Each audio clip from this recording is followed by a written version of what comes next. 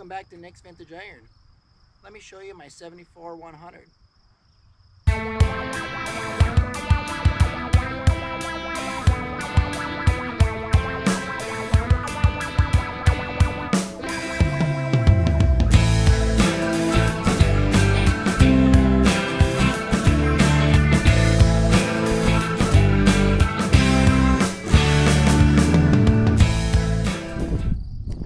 Hey guys, as you can see, I'm back in the field under my favorite tree, and we have another green international pickup on the channel.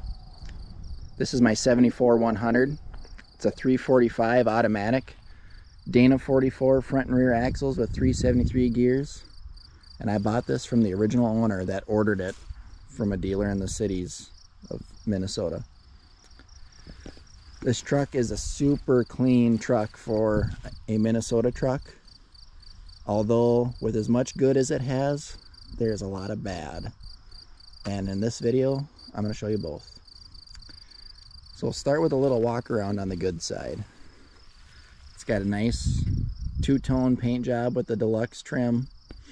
It's got dual tanks, original hubcaps, and even some old, I believe they're Sears, ice and snow radials, which are probably from the 80s or 90s, so they won't be seeing the highway.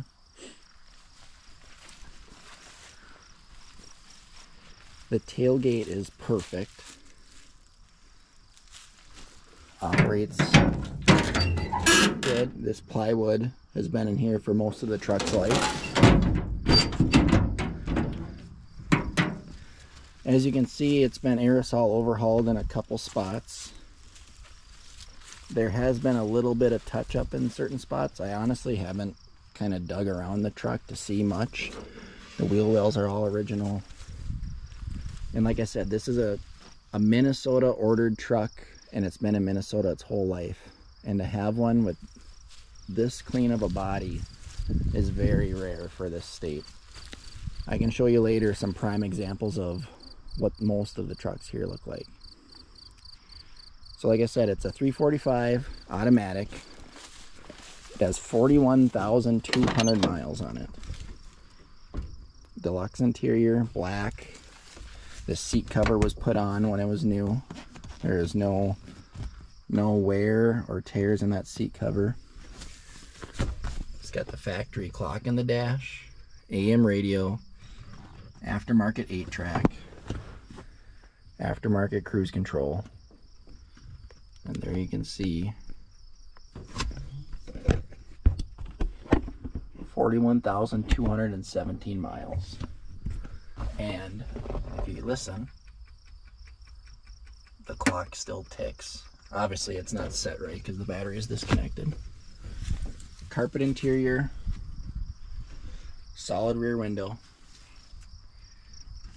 And as of now, you're probably asking, why is there no windshield in the truck? Well, let's show you some of the bad. This truck is in the original owner's garage, and I'd say, I think it was like 2012 to 2015-ish, a tornado went through his hometown and dropped his garage roof on this truck, along with a 1970 Dodge Challenger that had 20,000 miles and a 1968 Plymouth Barracuda that had 20 to 30,000 miles. This guy bought all these vehicles brand new and knew that if he preserved them, they'd be worth something someday. Well, sadly, this happened to this truck, the Challenger and the Barracuda, and the only one that was covered under his homeowner's insurance was the Barracuda. So this truck just sat for a while until I found it. So here's the damage.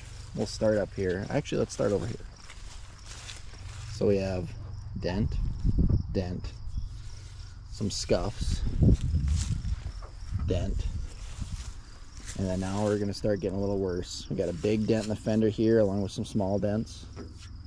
This trim got mangled. Big scar here. Windshield exploded. This huge dent in the door and buckled all this stuff back. And then the roof skin took a beating. It's right here. The box survived pretty good. Obviously there's scuffs and debris dents. Actually, not even really dents, more scuffs than anything. Which, obviously, I mean, they're scuffed deep. They're not going to buff out, but a person can maybe buff and clean some of it up. But this is the major damage here. I have a rust-free roof skin for it. I have a new windshield for it. And I also have a fender and a door. I'm thinking a body shop might be able to save this fender and then kind of keep it the original paint. And I mean, obviously you're gonna have this stuff, but I'll let them make that call. I don't want it to be restored or like completely repainted on this side, because that'll just kind of kill the originality of the truck. I want them to kind of do the best job with minimal work as they can. So obviously the roof skin will get replaced and repainted white. That'll be a pretty easy match. This stuff will honestly probably stay, unless when they have the roof skin off they can start hammering that out, but I honestly don't think they can without cutting into it a lot more. The door I don't think is savable. So I think too much of the interior workings of it got damaged. The fender, if they could get this out and maybe these and then just do some paint and blending in there, I'd be happy with that. And then obviously I have to source the trim, which I think I have some. But the rest of the truck, I want it to just stay original Survivor. Rockers are super nice. Just a little road rash and some flaking here.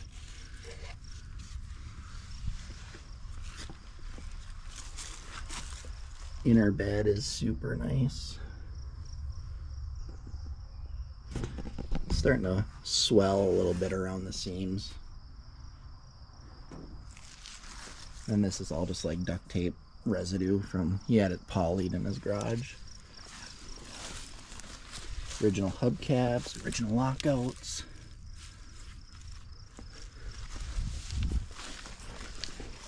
Let's look under the hood.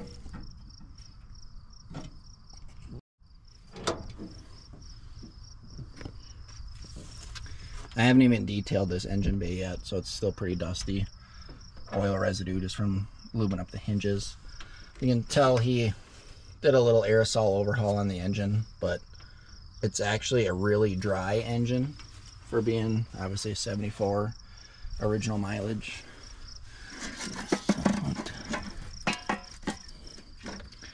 It needs a full ignition tune-up. You gotta check the timing on it.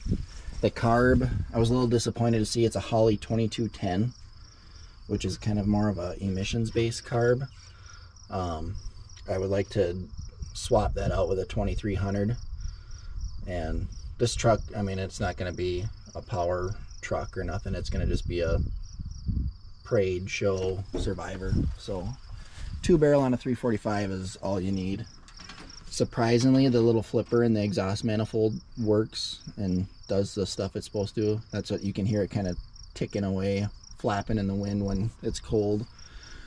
I'll probably wire that up just so it doesn't get stuck closed. No cracks in the exhaust manifolds. That's a huge plus on a 74 75 truck. That 2210 has vacuum lines everywhere, so that's a little bit of a pain with those. He added these little under hood lights and then also those running fog lights. Save a tree, eat a beaver. And I was told by him and his brother, which they both bought brand new International pickups, their local dealer in town said that this was a factory or a dealer recall to put these grease zerks in the inner hood hinges and just pump them full of grease so they didn't rust out. And I haven't done a video on it yet, but I have a 73 1210 that his brother bought brand new that is completely rotted out. but the hood hinge areas are perfect because of that.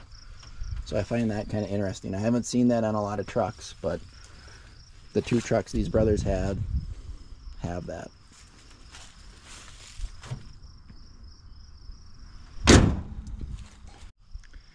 So let's get to the plan of this truck. First plan is it needs the roof skin replaced. Once the roof skin's replaced, I can put a windshield in it. And then, I mean, obviously it sits in the shop, but then it's kind of somewhat sealed back up and a person could drive it then. Because the door still latches and functions, but obviously the window is blown out. But in the summertime, you drive it with the window open anyways. So a person could at least start getting some road miles on it and doing some maintenance on it.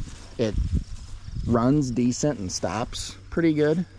So it shouldn't need a ton. I just need to do that little bit of tuning under the hood and possibly a little bit of rear brake work. But once that roof skin is on and the windshield is in, I can put or send the door and spare fender to the body shop and they can start working those when the truck's not there. And we can just kind of slowly go from there. But I'm hoping possibly this winter. I don't know. I got a lot of hopes for this winter, but now that I got the truck out and it's starting to kind of relight the fire that it needs to get done. Well, here's a little more tornado damage. But yeah, this one will be all documented on the channel. I can do all the tuning up stuff, the brake stuff, probably the body shop stuff, as long as he's okay with some filming, which I'm sure he is. But this one will be a channel build, and this truck ain't going nowhere. This one will be a forever keeper.